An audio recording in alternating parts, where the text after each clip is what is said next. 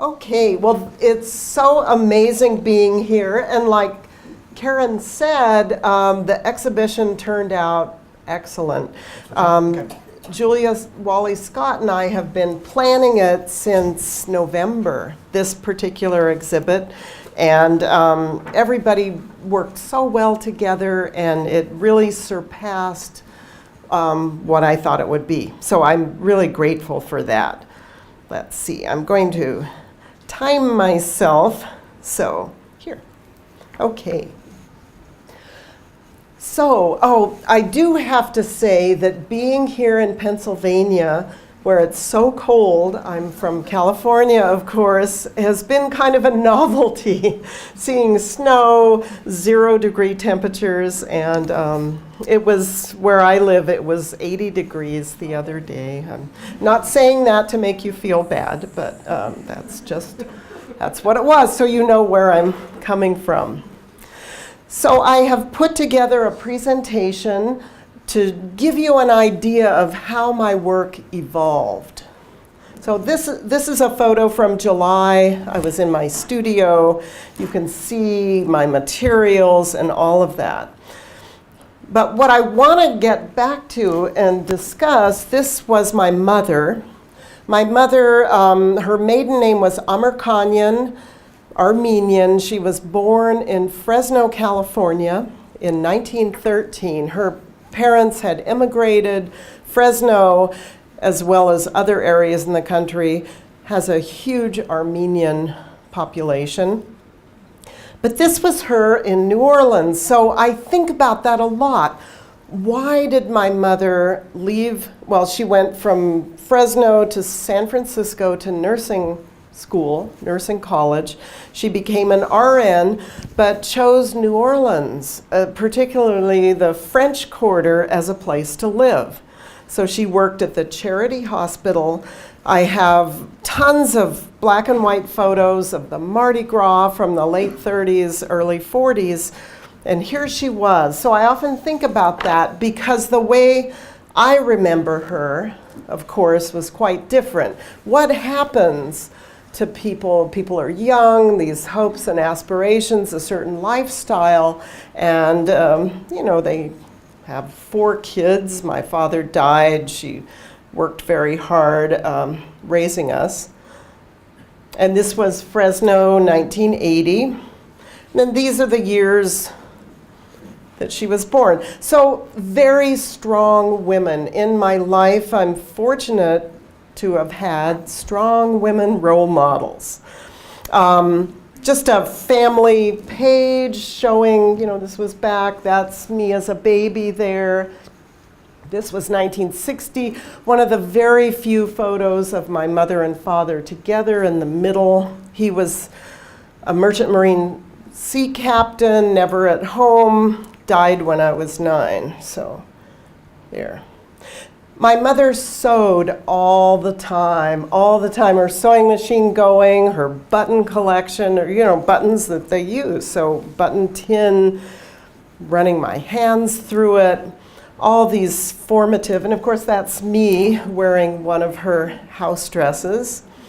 Then what really made me want to become an artist was my being inspired by Judy Chicago. Of course, this is the very famous photo when she changed her name. This is her dealer, Jack Glenn. So Judy came from Los Angeles up to Fresno to teach for a year. She was an up-and-coming artist showing her work at a top gallery. She was doing these kind of airbrush, this is on plexiglass, sprayed. She went to auto body school to learn that technique. I had never met anybody like her. And if you know her, it's still almost that case. So when she changed her name, and she was Judy Garowitz when she started out. She was born Judy Cohen, a first marriage to Jerry Garowitz, who died in a car accident. And then I knew her as Judy Garowitz, but during that year teaching in Fresno, she changed her name to Judy Chicago, where she was from. So Okay, a little bit about that class. And I call it a class because that's how it started out. We had to be interviewed. First, I saw a little notice up in the hallway in the art building at Fresno State, and it said, "Women interested in an all-women's sculpture class." And I'm sure it said that, although nobody has the documentation of the actual flyer, but it caught my eye because I had avoided sculpture. Sculpture at the time was minimal. In the courses, they would make a cube out of plaster, they'd weld a cube, and they'd cast a cube.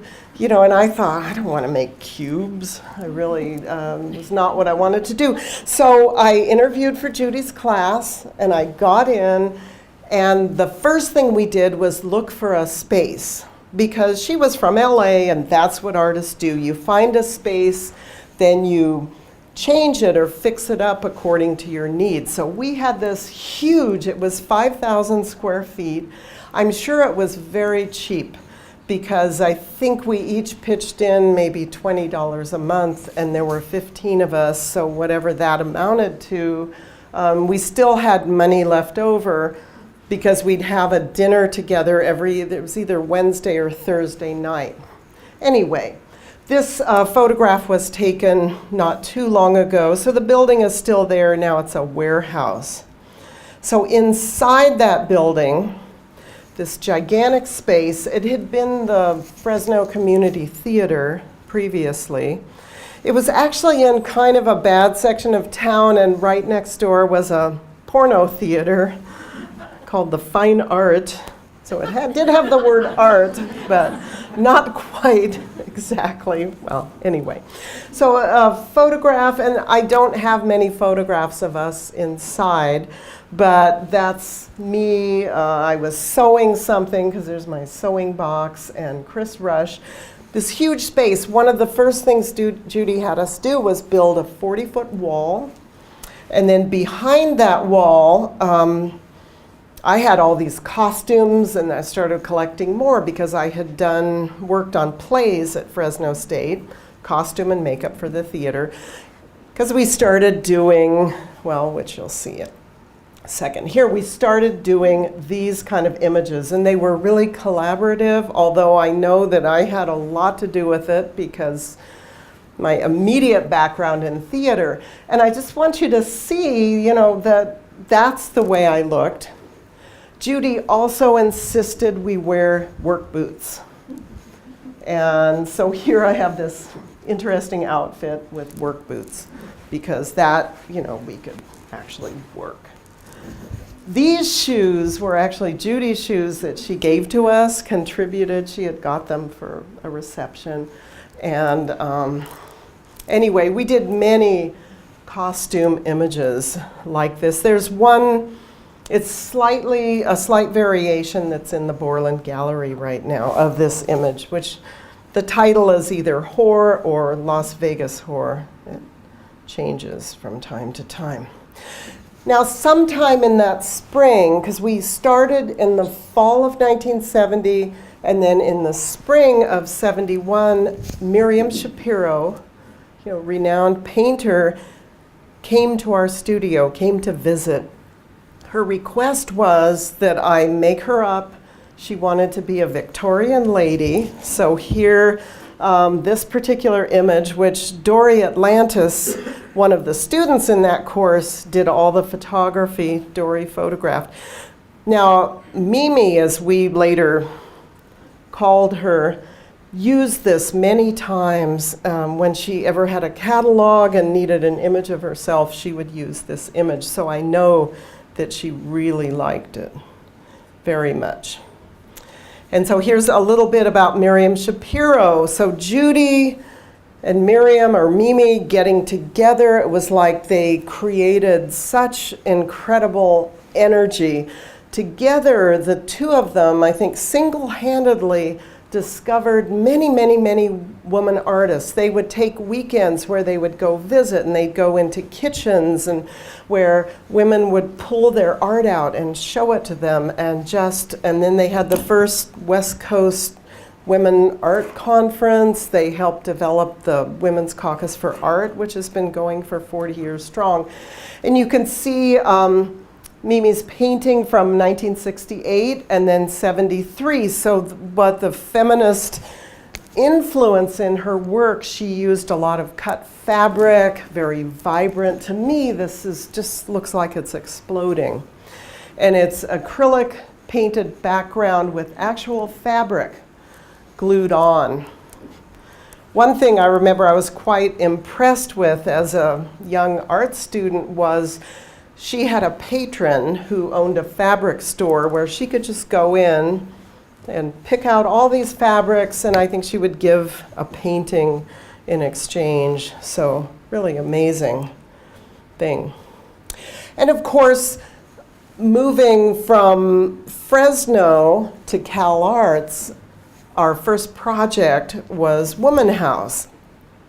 So at the time, Cal Arts was a brand new building, and getting into it, it wasn't quite ready. And it was suggested by Paula Harper, the art historian at Cal Arts, that we find a house and fix it up.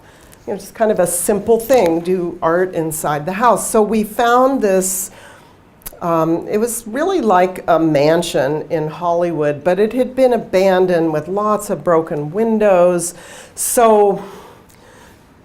And I can't remember exactly, we got it sometime in the fall, and it was so much work just getting it to the point where it was a blank canvas so we could begin.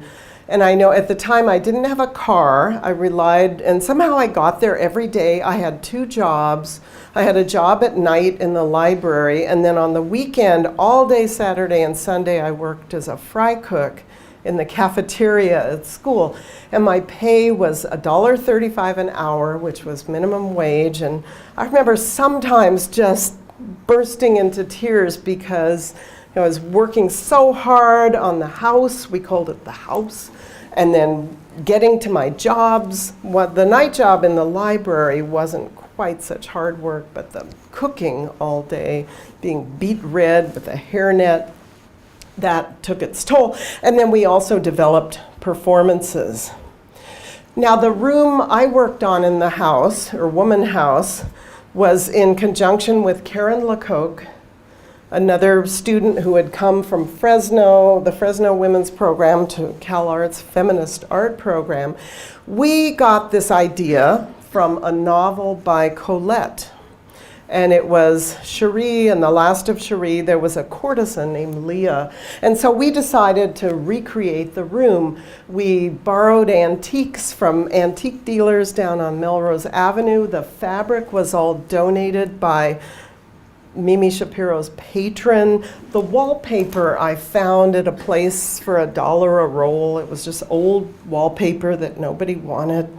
And then Karen on weekends, especially in the evening, Friday and Saturday nights, did a performance in the room of continually putting on makeup.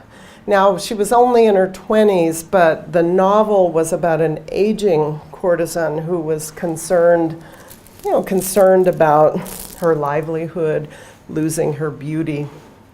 So this is Karen performing, and we had the dressing table, very lush. Then it was recreated not too long ago at Fresno State. In 2009, Laura Meyer, the art historian at Fresno State, did a whole exhibit, and some of you maybe have seen the catalog for that, the book. It's called, what is it called? A Studio of Their Own, the Fresno Feminist Experiment. Anyway, so wonderful to have it recreated, and then a monitor was showing the performance from Woman House in 1972. Lots of performances were done at Woman House. It was sort of just amazing because all the work to fix up the house, then creating art in the rooms, and then in a performance workshop that Judy directed us, we created performances. Of course, this is, Judy had written this one. It's called, I always hate saying the title of it. It's called The Cock and Cunt Play, is the title of that. And then this is floor scrubbing. It was sort of the first time I think we had ever heard of durational type performances where she came out and just scrubbed the floor and whatever time it took. And then the three women, if you've seen the film Woman House, these should look familiar. We also worked together creating this performance called the Birth Trilogy. And which one am I? I'm right here. So wearing kind of modern dance type outfits and the red scarves. The first part was birth. And of course, this is, and it's been mentioned about Judy's work, the Birth Project, that images like that, or, something that was not really seen in art, although this was performance. So the first part is actually giving birth. Everyone would just go through this line and sort of come out. The second part would be mothering, where we'd make these just kind of almost these humming noises. There were 6 of us, so 3 mothers and 3 babies. And then the last part was called the Triumphant Whale. And some nights it would work so well that it was just chilling, and other times not quite hit it the way, I don't know why that is, but what we had our heads down and we would start very low. It was a tribal kind of thing with this sound, and it would increase until it was almost ear-shattering. But really, it was amazing to be part of that and work so hard, and the people who came. And then, of course, it got in Time magazine. A film was made it's all over the world, the Woman House film, and just amazing attention for it. This is the one, 3 Women it was called. I'm on the the only one without a wig. I get left and right a little mixed up. But Jan Oxenberg, Shawnee Youdelman, and myself, we each told a story. If you've seen the Woman House film, you would recognize this central character, Rainbow. Well, we called her that. I can't remember in the film we told stories. They weren't necessarily our stories, but they were stories that women had experienced. And this, even though she's dressed like that and sort of speaking in this real hippie kind of dialect, she told this horrendous story of being drugged and gang raped. And that is in the Woman House film.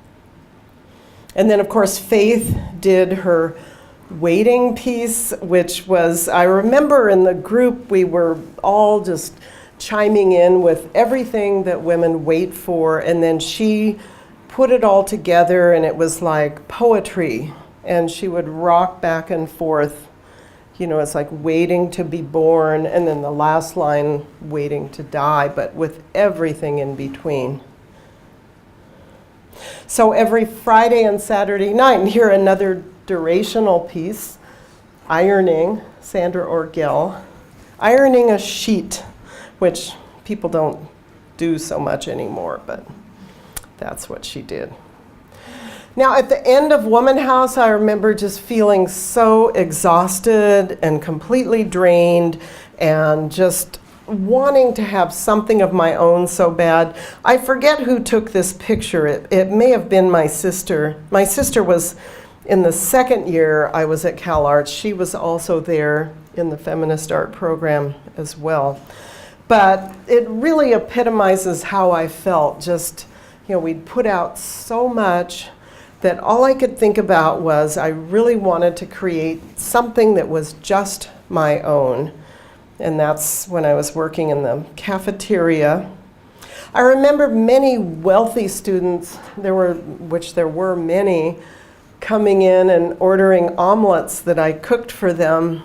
And there are people I maybe saw at a party the night before, and they would act like they didn't know who I was. There, I'm just cooking.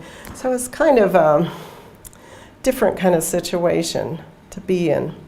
So, in a workshop taught by Miriam Shapiro, that second semester, 1972, we had a whole discussion about how women would make art that was different from men. I kept thinking about buttons, I kept thinking about my mother's sewing, and it was a very conscious choice to use materials like this. So this was really the first dress that I did, and they were glued on rather than sewed. And I was really excited, here finally something that's all mine. I also had, so at the time I had a one-car garage. If you don't know where Panorama City is, which most people don't, it's kind of between where CalArts was, which is Valencia. It's not exactly Los Angeles. And so it's between that and Los Angeles. It's called the San Fernando Valley. But this little one-car garage really became this wonderful place to work. And so I was doing these latex faces. They were cast from my own face. I'd get a friend to help do it, put plaster directly on my face. You really have to know what you're doing, because I had learned that actually in the theater department. They do that all the time and make latex. And I was using grease paint on the face, so I had all these materials out, and that's around the time I made these bonnets. So putting the grease paint on the face, and I was collecting Victorian clothing, which then was so cheap. I could buy a huge box of lace for $1. I could buy these hats. I could buy all kinds of stuff. And the hat boxes, so it's sitting on top of a hat box.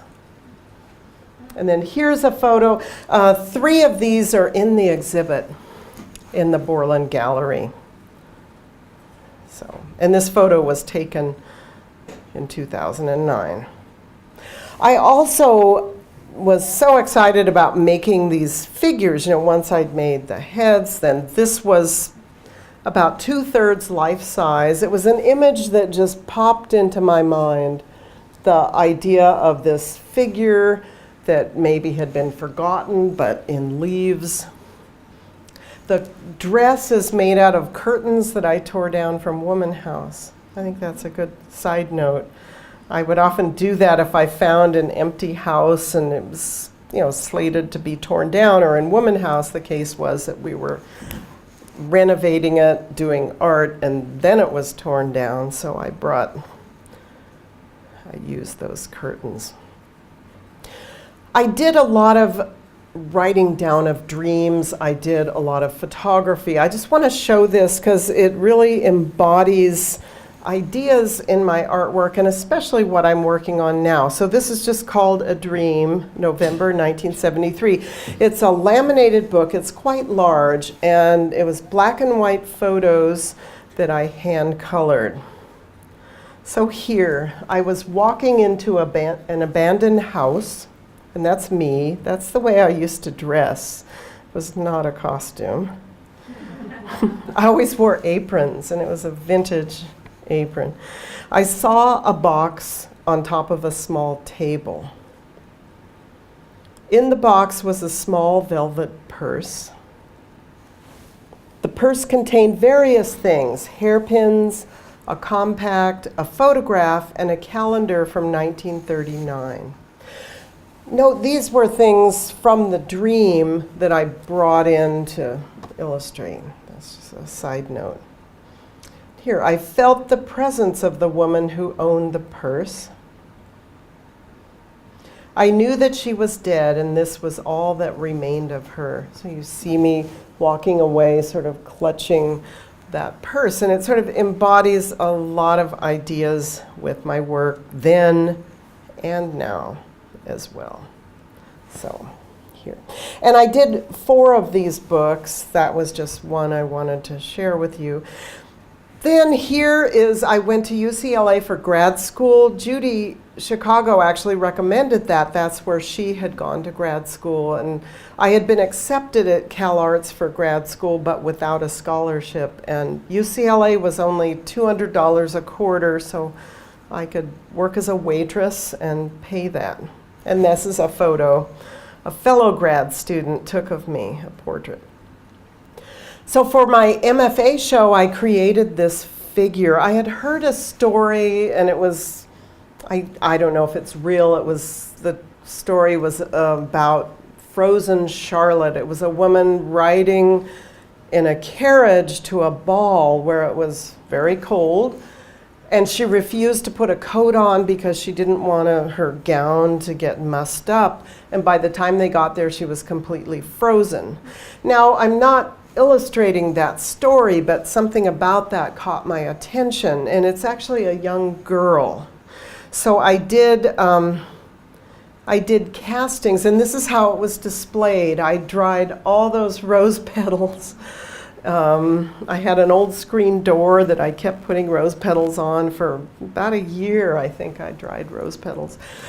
But the idea of this young girl that was frozen at a certain time before womanhood, that was very important to me at the time. A lot of times my ideas aren't completely blatant or right out there, but it's something that I work with that's intuitive, and that is how I work.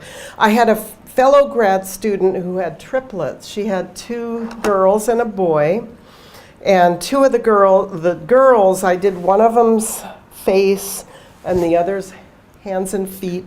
It's resin mixed with marble dust. You can kind of see, and then the gown and the hair, this very, very white. It was very eerie. So here. Now, also around that time, you may have heard of Suzanne Lacy. She was in that original Fresno program with Judy. This is Suzanne right here. Of course, she was a young woman, but this is a performance she did called Inevitable Associations. And what she did, she asked me to help with her. She got a makeup artist from MGM, and then I was the assistant, and we made her up to look like an older woman. The 3 other women were actresses that she hired, and they just sat in the lobby of the Biltmore Hotel in Los Angeles, and that was her performance. So it's really about aging. I was so excited by that, learning how to age a face, that I did this sculpture, and this is a sculpture where I first aged my face, then did a casting of that aged face, because I was in my 20s then, and then created this face and this figure. Also around that time, I had stopped being a waitress, or it was actually a little bit before that, and I was a TA teaching at UCLA. So it was kind of a commemoration of that, self-portrait. Well, old maid, but a maid, someone who had always served others. And she does not look very happy. Now here's a photo where you can see, that was me in 1979. There's the figure. And of course, there around that time, I found a place in Los Angeles where I could purchase glass eyes. And it really added a lot to those works. There's one of the bonnets in the Borland Gallery has glass eyes also. So this is an exhibit from 1978 with some of it's one of the figures. I did quite a few, probably between 8 and 10 of full-size figures. So it's sculpture, and you can see other work on the wall. It was called Garment Works. So here. This is the very last figure I did. Miss Havisham. If you've read Great Expectations by Charles Dickens, you know the character. She had been, on her wedding day, she gotten the word that her fiance was not going to show up. So from that moment on, she kept the wedding dress on. In the story of the book, she was an old woman who, her rotting wedding gown, the cake was in the hall, or the great hall, filled with rats. Anyway, this is Miss Havisham. And this is how it was exhibited in a gallery that showed my work in 1980. So here. Around that time that I was working on Miss Havisham, I had a dream that I was gluing glass onto a lace blouse. And in the dream, it was just so perfect that when I woke up, I had to just find something and start putting glass. But the way I did it, like this, is probably about this big. What I did was first the garment, I laid it all out, usually on the floor with plastic, painted white glue all over it, put a sheet of glass and another piece of clear plastic and shattered it with a hammer. I did quite a few of these, and they were flat. Then I would cut out sheet acrylic that I'd glue on the back with a wire in it so it could sturdy it up and hang on the wall, and they're still in fairly good shape today. Surprisingly. This is how I was working. You can see a gallon jug of white glue. And sometimes they take over a month to dry, but the effect was pretty amazing. And the way the light would hit and catch. And then these are various pieces from 77 to 1980. Clothing. Most, many of them hung on the wall. Some are dimensional. This one is actually cast bronze, which it's not in this show, but there's another one that's similar. Okay, this is 1987, an exhibit. This was a wonderful gallery in LA that showed my work. I think they represented it for about 10 years. And that's my daughter, who was about a year old. She was born in 1986. So I raised a family. I think it's important to mention that I raised a family and I always had the kids with me. I took them to everything. So this is my daughter at about, I think she was almost 2 there, but this little dress, we had gotten this dress, I think, to go to a wedding. And then I took that dress and I put cardboard on the inside and kind of, shaped it up. And then these are dried roses that by drying them first, dipping in wax and sticking them on, I had this idea to cast it in bronze. It's a type of casting called unique casting, where this would just be covered with a very hard setting plaster, then put inside a kiln. Everything is all burnt up, then the bronze poured in, which it worked. The foundry, they said, well, it might not work. And I said, well, I want to try it. I really want to try it. And it did work. So that side is the bronze right when it's sandblasted. That's how bronze looks before it has a patina, before it's oxidized. And then here is putting the patina, so it's kind of a greenish color. And it weighs about 80 pounds. I'm not kidding. It's not that. It's maybe 16 inches tall, but about 80 pounds because of the way it was cast. So, and I call it Sophie's dress. My daughter was named after my mother, both Sophie. Oh, and I stuck in, just to show that I did raise kids, my daughter Sophie, my son Andy, and that was actually the neighbor's dog, the gray dog. They had named Darth after who. And then our dog, Lucky, who lived to be 18. So anyway, raising kids, that's important to acknowledge. So around that time, in 92, we moved up to the right outside Fresno, California. So from Los Angeles to Fresno. At first, I didn't have a studio, but this piece I created in my living room on the dining table. The living room was torn up. And sweet pea vines, that's why I call it Sweet Souvenir. We were growing a lot of sweet peas. Where I live, the ground is almost magical because everything grows well, as long as it gets watered. And now there's a drought, but so this is a casting of a dress, a shell of a dress. I'll show in a little bit how I do that. And then here, this is around the time I rented a storefront downtown in downtown Fresno. So it's a cocktail dress, probably about this tall, with something. The idea is something you'd wear out to protect yourself at a party. Anyway. Trappings. This was made in my current studio. And it's not cast bronze, but I go to great lengths to paint the mixed media and acrylic with metallic paints. It has actual spools of thread that are attached. Every spool of thread I cut in half. So I figured out a way to get the thread off without messing it up. Cut them in half. I was using a vise and a little hand saw, and then gluing the thread back on because I had already created the dress, but I knew it needed something. That's how I work. I don't always have it all planned out. Well, I usually don't. Another work, zippers and pins, and these are actual zippers that I got on eBay. I get a lot of things on eBay.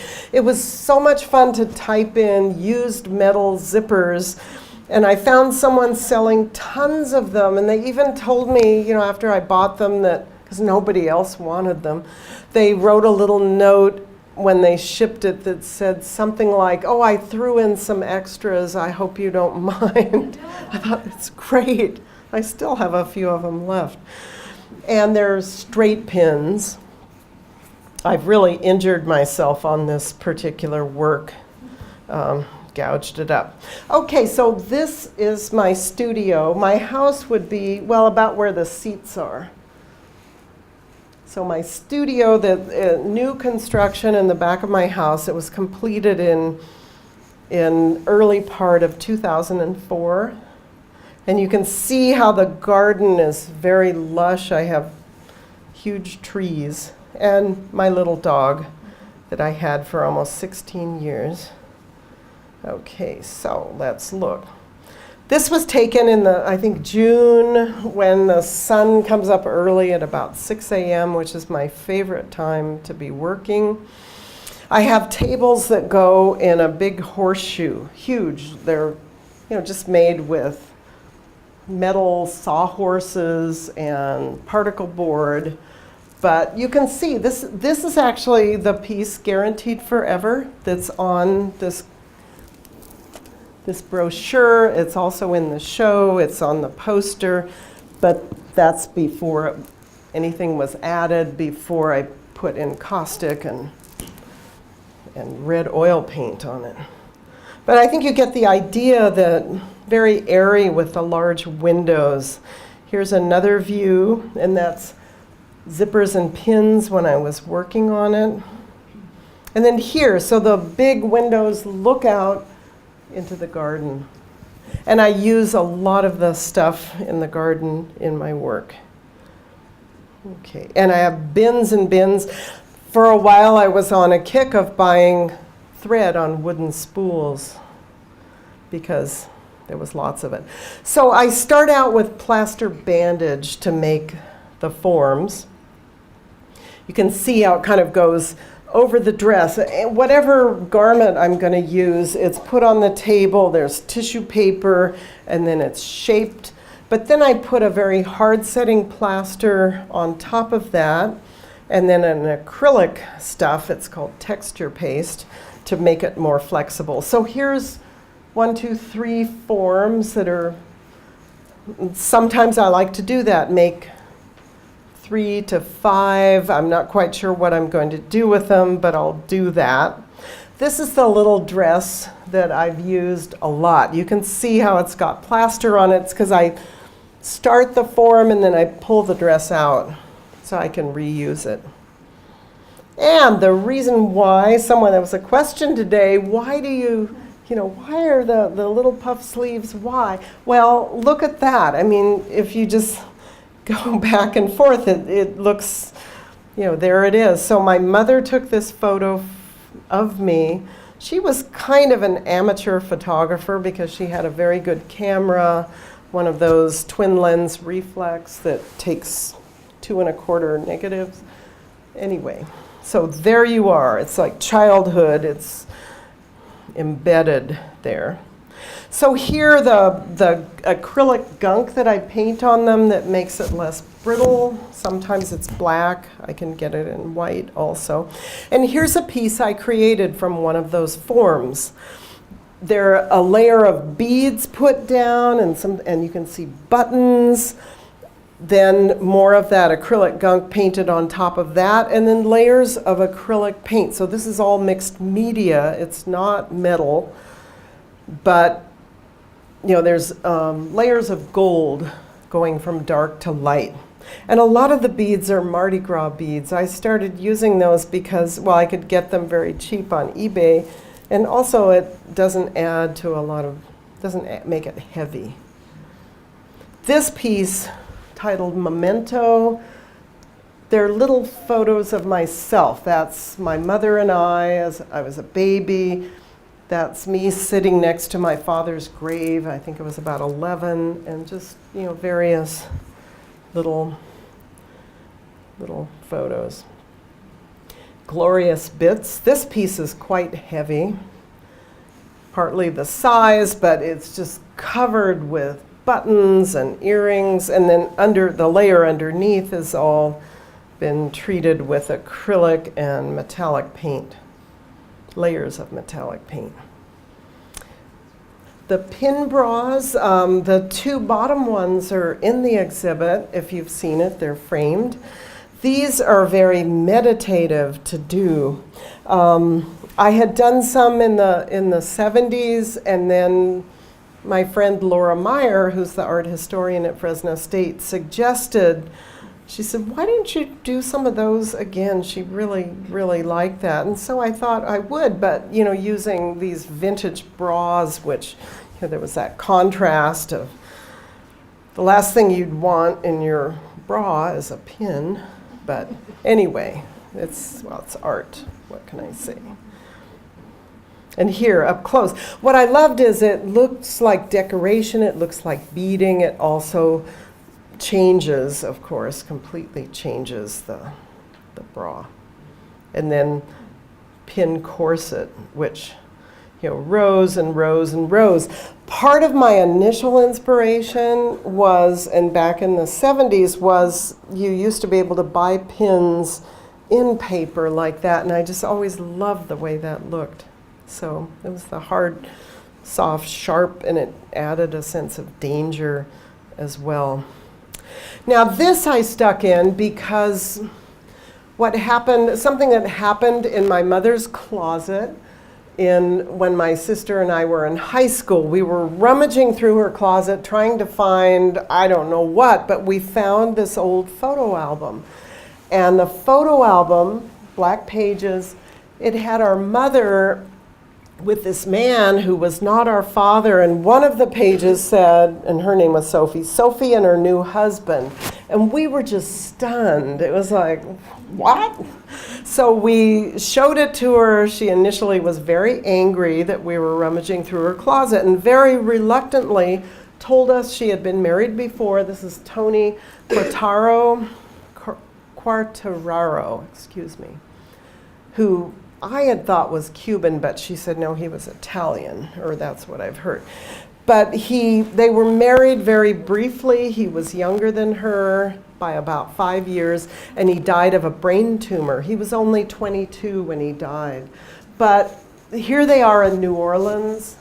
They were going crabbing. That's what they were doing here. So there's my mother looking, very different than I ever remember her, this very handsome man, Tony. So that led up to, in 2010, doing this work that I call Family Secrets. Because, it was something she obviously didn't want us to know about, but on the other hand, it had happened. So this piece, it has all kinds of stuff. It has, let's look at it up close. embroidery thread, buttons, photos of her from her youth. And I think this was in maybe the late 30s, some of the first color photograph, and then her as I remember her, and then dried flowers and all sorts of things. It also has that bright blue. Just offhand, can anyone tell what you think that blue might be? It's not paint. What's that? No. It's the inside of something. Well, maybe it's hard to tell. It's the inside of envelopes. And particularly, these were the inside of shut-off notices from the power company. So I was just always so terrible about paying bills. Even if I had the money, I would buy art supplies or whatever instead. I've gotten much, since I did this piece, I pay my bills right away. It's kind of funny how that works, but the inside of envelopes they're so beautiful when you just start looking at them. And the bright, bright blue, I think it was the 48-hour shut-off. And that's when you get galvanized. Of course, it's not so cold like it is here, but still, you don't want to. Anyway, so that's family secrets in a couple of other ways. The dogs are forever, which is something I've worked on more recently. Karen mentioned I'm in an exhibit that's called Good Dog, The Art of Man's Best Friend. It really is artists' work with dog imagery. And it's a very good show to be in because there's Wayne Thiebaud, Clayton Bailey, people that, Roy DeForest, I don't know if they're, Joan Brown. It's an excellent exhibit to be in. But he had heard about my work from the show I had in Santa Fe. So let's see here.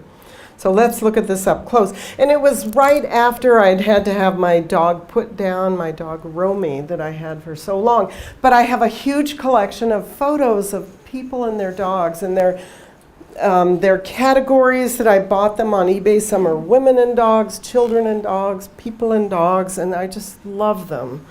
Love them. So you can see the background is mixed media, painted to look like metal. They're pearls.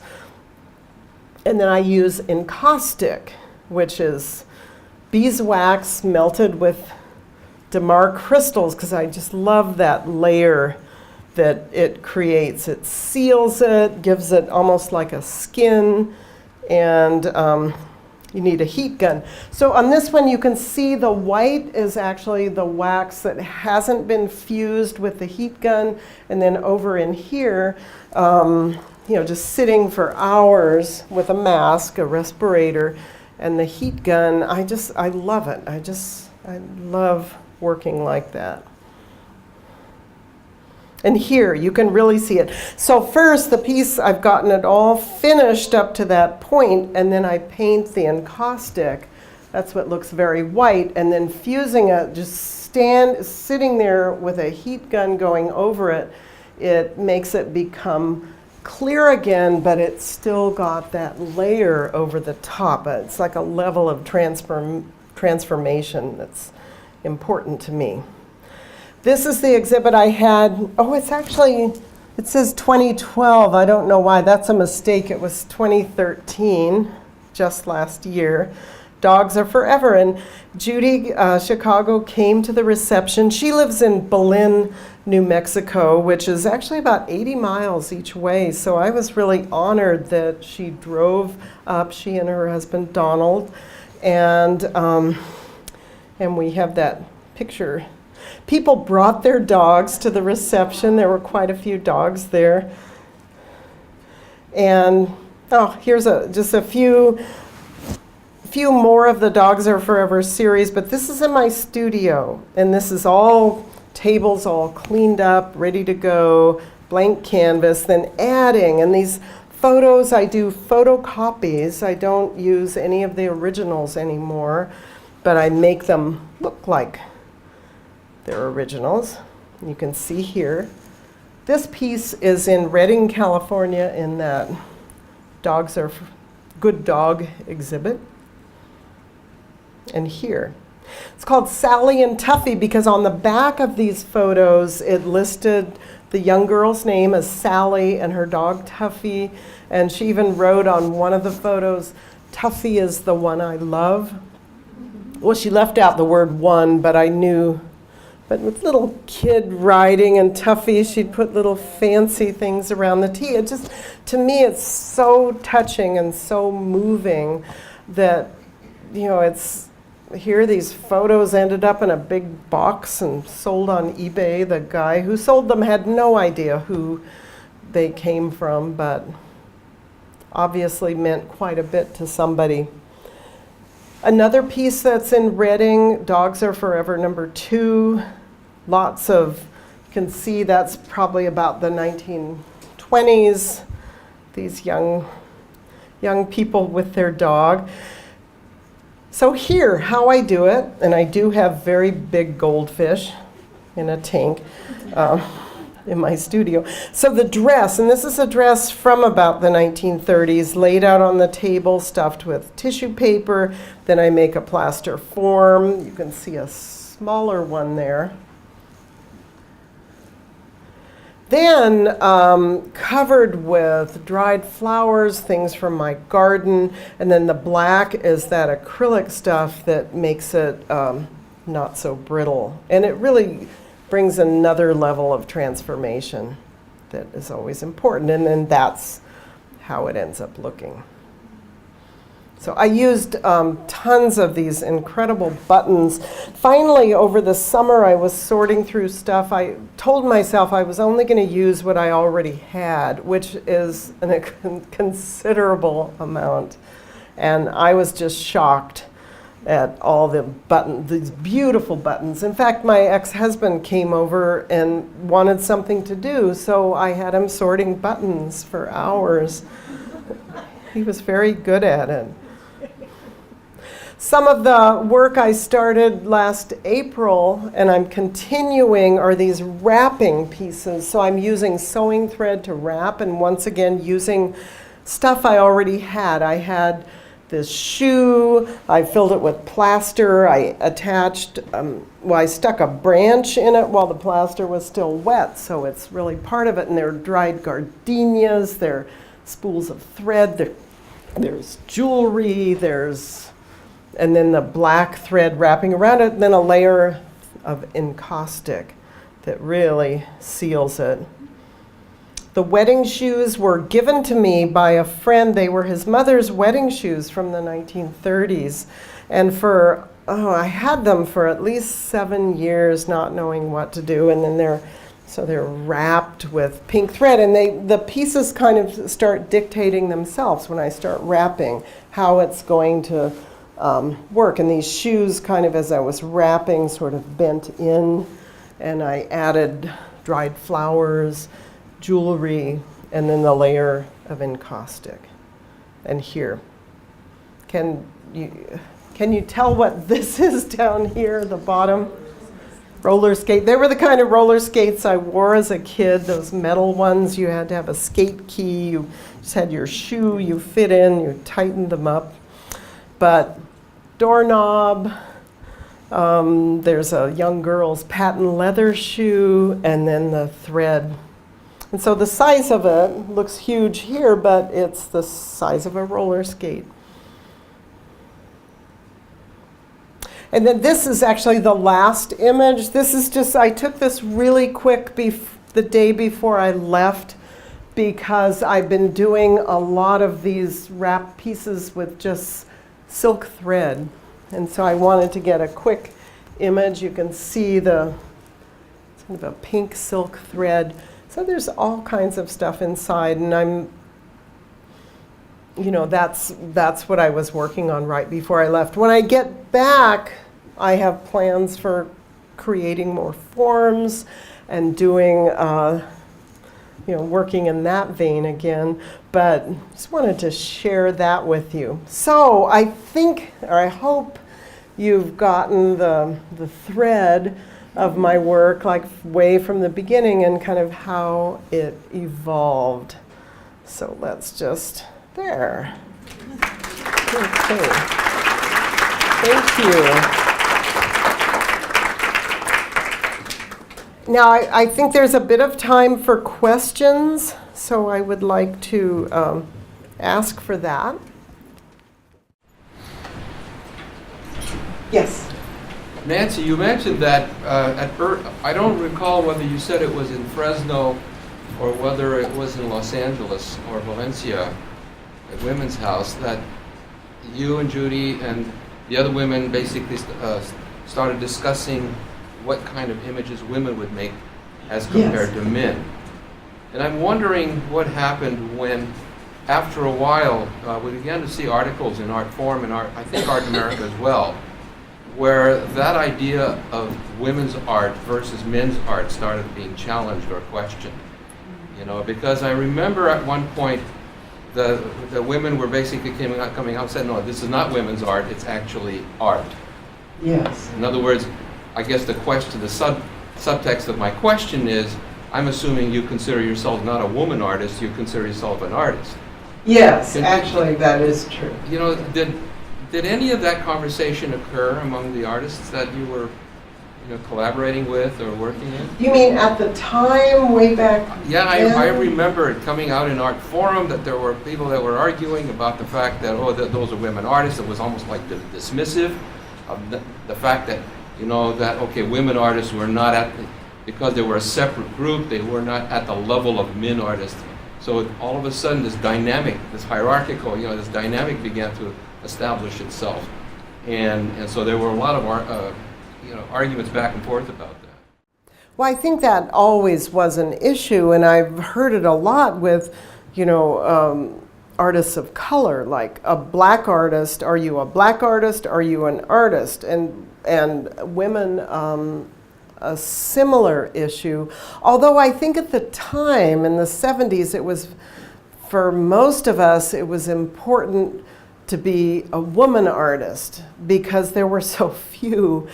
I don't know if anyone knows this, but in the art history textbook by Jansen that was used in the 1970s, there was not one woman artist, not one.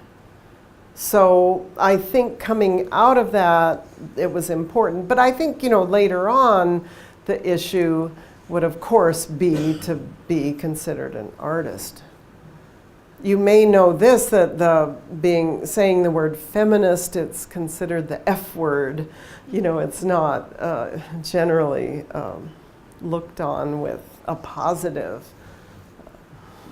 expression. Oh, I see another question. I'm not quite sure if I answered yours, but let's just see.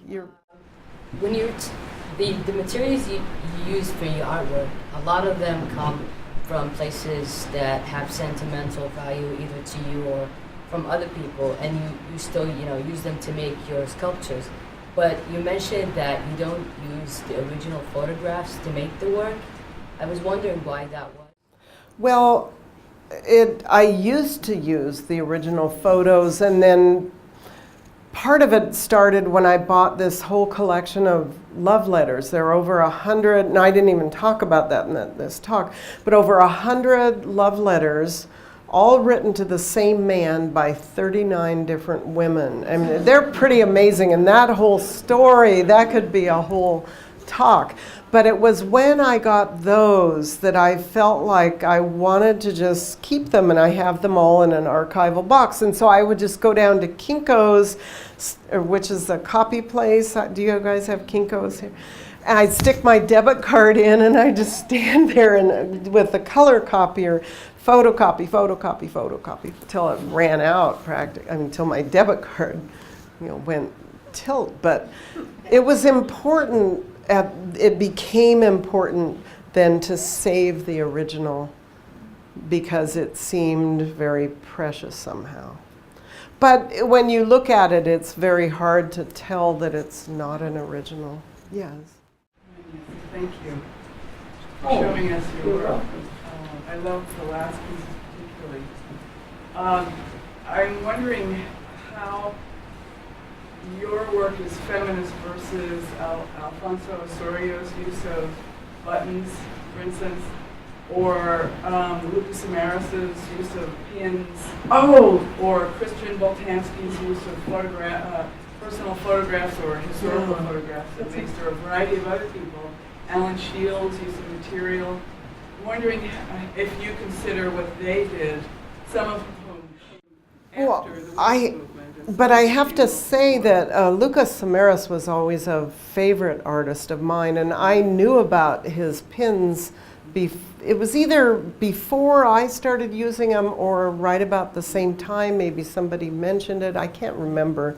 But no, I thought that was really wonderful. But I think this may sound kind of basic, but I think my artwork is feminist because I'm female and because my focus, the way I focus. I know that and Mike Kelly, you guys must know the artist Mike Kelly, who used a lot of materials, like all those stuffed animals and photographs and all kinds of things in his works.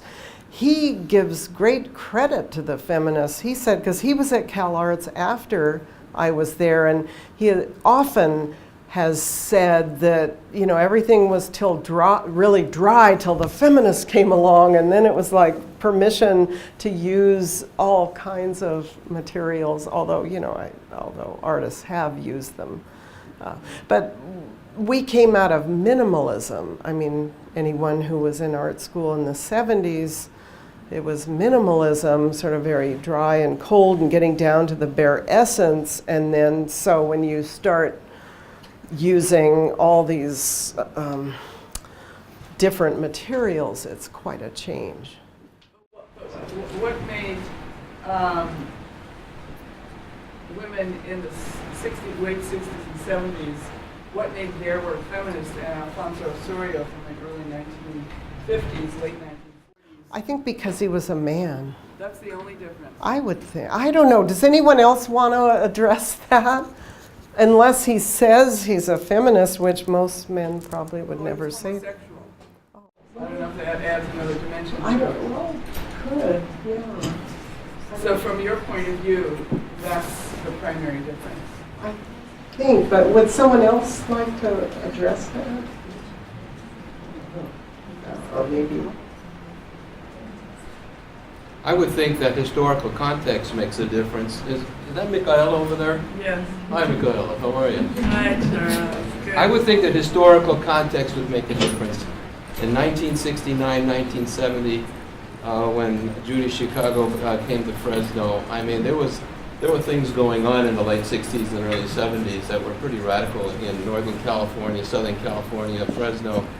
And I think that if you use a particular set of materials, objects, or images, and it depends on who's doing it, where they're doing it, the time that they're doing Well, it. it's true, but Alfonso Osorio was using these in the late 40s and 50s when nobody was using materials like that. The only people who were, that I remember from the 20s and from the teens into the 20s, were people like Hannah Hock and Merritt Oppenheim. Oh, and you know, I can think of lots of other artists, probably the 50s, like George Herms in Los Angeles, Bruce Conner, that used photos, and Bruce Conner, even all those nylon stockings and lace, and Ed Kienholz. What people think makes the same kinds of materials that are being used, the exact same materials, what makes them feminist usage of them, because certainly Christian Boltanski and a variety of other people made dress forms, and Judith Shea made dress forms. I don't know, but she made them within a minimalist sensibility. So I'm wondering, you know, how people are defining these things. I'm not sure I know how to answer that, except it's by conscious choice, calling it that, being woman artist. Yes. Can I try and jump in? And Yes, that'd be great. I think the context makes a big difference. I was thinking as you were talking and as you were asking your question, Michaela, I taught the first course on the history of women in art at the University of Maine after getting past objections from the art historian on the faculty. And one of the things that I would do with the students, Rauschenberg, and I showed Rauschenberg's bed, and people were, oh, it's a Rauschenberg. Then we talked about women as quilt makers and the quilt traditions. And then by the end of the class, they'd look at Rauschenberg's bed and they'd go, why did he mess up a perfectly wonderful quilt? So it was the context that changed it and brought a more feminist perspective of valuing women's art over a high male artist. So I think that it's the context and how the artist identifies. Well, That's a very good point. I was listening closely to what you said because, of course, you're defining if it's feminist art or not, and that's even in feminist research. In the text that I've read, they talk about if somebody defines it and gender becomes the central organizing feature of the work, then that is feminist research or feminist art. And the fact that you define yourself or define your art in that way, that really is what makes it. The other thing is you began with Judy Chicago in your education and where your art really changed and such, and she talks about drawing upon your experiences. Not that a lot of artists don't do that, but the experiences, when you said, I'm a woman, that makes me think that it's coming about that experience of that gendered experience in the world as a woman is why you're defining it as feminist art is possible. That makes sense. Well, I have to say, I did teach for 20 years here at Penn State women artists in the 20th and 21st century, and I think I would disagree with a lot of what's been said. So. Well, that's your prerogative, I'm right? retired, so I don't want to go there. I mean, people don't have to agree. This is America, right? We don't want you to retire your voice and your perspectives. Yeah, well, one thing that's astonishing to me is how many male artists were influenced, including Robert Rauschenberg, were influenced by Hannah Hock and her use of all kinds of materials. And so, and Merritt Oppenheim, and her use of eroticism and quotidian materials and eroticized materials.